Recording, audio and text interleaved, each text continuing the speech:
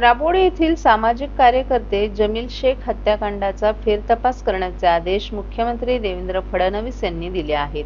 हा विषय डॉ. जितेंद्र आव्हाड यांनी अधिवेशनात मांडला होता. त्यामुळेच फेरतपास प्रक्रिया सुरू झाली आहे. त्याबद्दल जमील शेख यांच्या मुली जोबिया आणि जायरा यांनी डॉ. जितेंद्र आव्हाड यांचे निवासस्थानी भेट घेऊन आभार व्यक्त केले. डॉ. जितेंद्र आव्हाड हे आमच्यासाठी लढत असल्यानेच न्याय दृष्टीपथात आला आहे असं या मुलींनी सांगितले.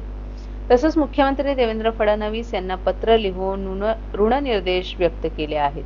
डॉ. जितेंद्र आव्हाड यांच्याकडेच त्यांनी हे पत्र सोपवलं असून मुख्यमंत्र्यांची भेट घेऊन त्यांना हे आभारपत्र द्यावं अशी विनंती केली आहे.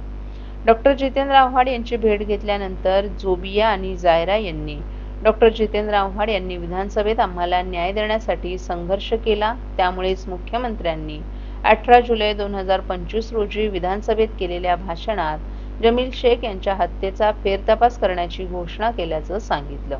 तसंच शेख कुटुंबियांना न्याय देण्यास आपण बांधील असून योग्य तपास करून फडणवीस यांनी न्याय देऊ असं भाष्य केलंय. त्याबद्दल आम्ही बहिणी आणि आमच्या आई त्यांचे आणि विषय पटलावर आणणारे डॉ. जितेंद्र आव्हाड यांचे मनापासून आभार मानतो असं सांगितलं. आम्हाला लढण्याची प्रेरणा वैभवी संतोष देशमुख हिच्याकडून मिळाली आहे.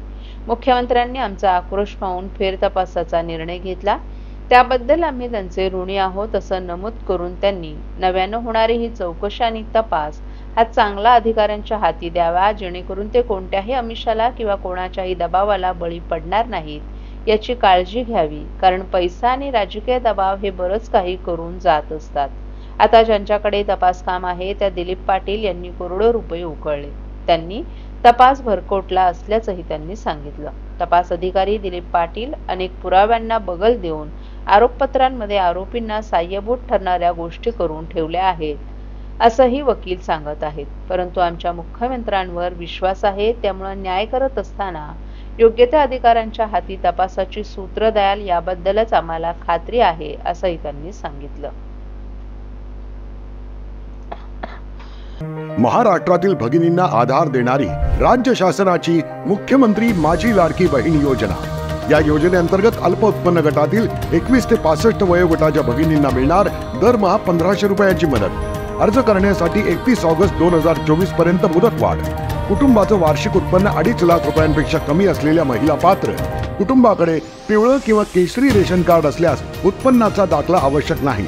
पांढरं रेशन कार्ड असेल किंवा रेशन कार्ड नसेल तर कुटुंबाचं वार्षिक उत्पन्न 2.5 लाखांपेक्षा कमी असल्याचा दाखला आवश्यक. योजनेसाठीचा ऑनलाईन अर्ज नारी शक्ती दूत ॲप वरून किंवा पोर्टलवर भरता येईल. ज्या भगिनींना ऑनलाईन अर्ज भरता येत नसेल त्यांच्यासाठी अंगणवाडी, ग्रामपंचायत, वॉर्ड ऑफिस, सेतू सुविधा केंद्रामध्ये किंवा आशाताई बचत गटाच्या CRP यांची मदत उपलब्ध. आता आपल्याला अभिमानानं म्हणता येईल, सुखी आणि सुरक्षित आहे माझी लाडकी बहीण.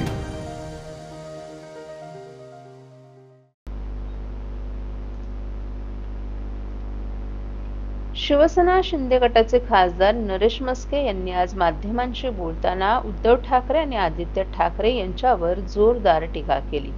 नुकतीच फडणवीस यांच्या सोबत झालेली ठाकरे गटाची भेट यावर प्रतिक्रिया देताना नरेश मस्के यांनी ही भेट देवेंद्र फडणवीस यांनी स्वीकारलेली नाही असं सांगितलं.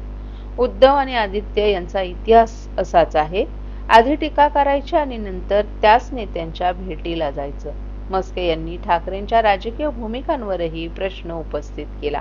शरद पवारांवर टीका करून नंतर त्यांची भेट घेतली. सोनिया गांधींवर टीका करून त्यांच्या पायाशी गेले आणि आता फडणवीसांवर टीका करून त्यांची भेट घेतली. काही दिवसांनी एकनाथ शिंदेंनाही भेटायला येतील असा टोलाही त्यांनी लगावलाय. यावेळी त्यांनी उद्धव ठाकरे गटाच्या ढासळत्या स्थितीकडे लक्ष वेधलं. बुडायला लागलेली माणसं कोणाला तरी आधार शोधत असतात. मिठी नदीच्या गाळात दिनू बुडाला आहे, तो दिनू आता त्यांना घेऊन बुडणार आहे अशी खोचक टिप्पणीही त्यांनी केली.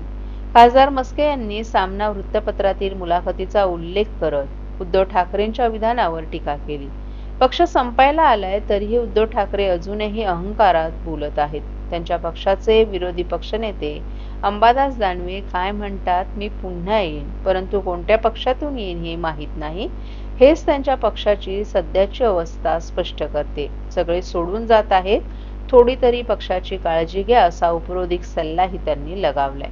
या टीकेमुळे राज्याच्या राजकारणात नव्या चर्चांना उधाण आलं असून ठाकरे गटानं यावर काय प्रत्युत्तर द्यावं याकडेच आता सर्वांचं लक्ष लागलंय. आदित्य ठाकरेंनी देवेंद्र फडणवीसांची भेट घेतली आहे, तर तुम्ही कसं पाहता? शिंदेंच्या शिवसेनेला झटका असं म्हटलं जाते. बघा, अशी भेट झाली की नाही अजूनही देवेंद्रजींनी त्यास दुजोरा दिलेला नाही आहे. पण आपणास माहिती आहे की आत्तापर्यंत हा इतिहास आहे आदित्य ठाकरे उद्धव ठाकरे यांचा. शरद पवारांवरती टीका केली, शरद पवारांना भेटायला गेले. सोनिया गांधींवरती टीका केली, सोनिया गांधींना भेटायला गेले. देवेंद्रजींवरती टीका केली, आता देवेंद्रजींना भेटायला गेले. काही दिवसांना एकनाथ शिंदेवर टीका करतायत, त्यांना भेटायला येणार आहेत. काय माहितीये का, बुडणारा माणूस आहे तो आधार तर शोधतो ना. मिठीचा गाळ, आता गाळामध्ये हे बुडालेले आहेत.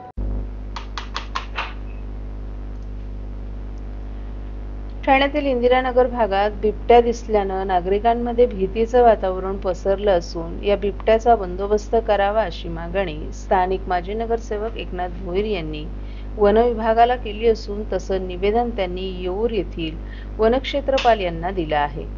ठाणे महानगरपालिका प्रभाग क्रमांक 15 इंदिरानगर कब्रस्तान हनुमान नगर परिसरात 3 दिवसांपासून बिबट्याचा वावर वाढलाय. तसंच ही दाट वस्ती असल्यानं लहान मुलं नागरिकांचा वावर जास्त प्रमाणात होत असतो. हा परिसर झोपडपट्टीमय असल्यानं बऱ्याच नागरिकांच्या घरात शौचालय नसल्यानं नागरिक रात्री शौचालयाचा वापर करण्याकरिताच बाहेर जातात. या बिबट्यानं परिसरातील कुत्र्यालाही उचलून घेऊन गेला आहे. त्या कारणाने परिसरातील नागरिकांच्या मनात भीती निर्माण झाली आहे. ही बाब फार गंभीर असून बिबट्यानं परिसरातील कोणत्याही नागरिकावर हल्ला केल्यास नागरिकांच्या जीवाला मोठा धोका निर्माण होऊ शकतो. त्यामुळे या घटनेकडे वनविभागानं गांभीर्यानं विचार करून बिबट्याला ताब्यात घेण्याकरिता तातडीनं आवश्यक ती कार्यवाही करावी अशी मागणी स्थानिक माजी नगरसेवक एकनाथ भोईर यांनी निवेदनाद्वारे केली आहे. गेले 2-3 दिवसापासून इंदिरानगरमध्ये एक बिबट्या परिसरामध्ये फिरतोय, त्यामुळे लोकांमध्ये घबराट पसरलेली आहे. आज निवेदन दिले, तुम्ही काय? हो, त्या संदर्भातच मी वन विभागाला आज निवेदन देण्यासाठी या ठिकाणी आलो होतो. माननीय आपले संजय गांधी उद्यान वनक्षेत्र यांचे जे वनक्षेत्रपाल आहेत सुरोशे साहेब, ते ऍक्च्युली या ठिकाणी आता नाहीये, ते बोरिवलीला मीटिंगसाठी गेलेले आहेत. मी निवेदन त्यांच्या असिस्टंटकडे सादर केलेलं आहे, परंतु लोकांमध्ये मोठ्या प्रमाणात भीती निर्माण झालेली आहे.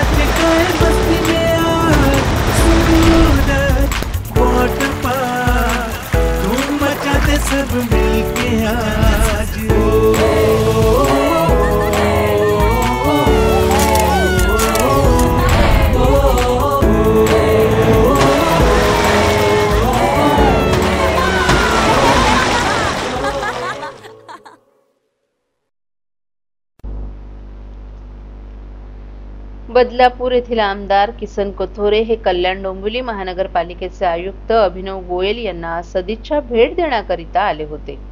दरम्यान कृषी उत्पन्न बाजार समिती विभागातील आवारातील व्यापारी आणि शेतकऱ्यांच्या समस्यांबाबत अडचणींविषयी माहिती त्यांनी पत्रकारांशी बोलताना दिली आहे. यावेळी कृषी उत्पन्न बाजार समिती सभापती रवींद्र घोडविंदे, उपसभापती जालिंदर पाटील आणि सावंत साहेब आदी मान्यवरही उपस्थित होते.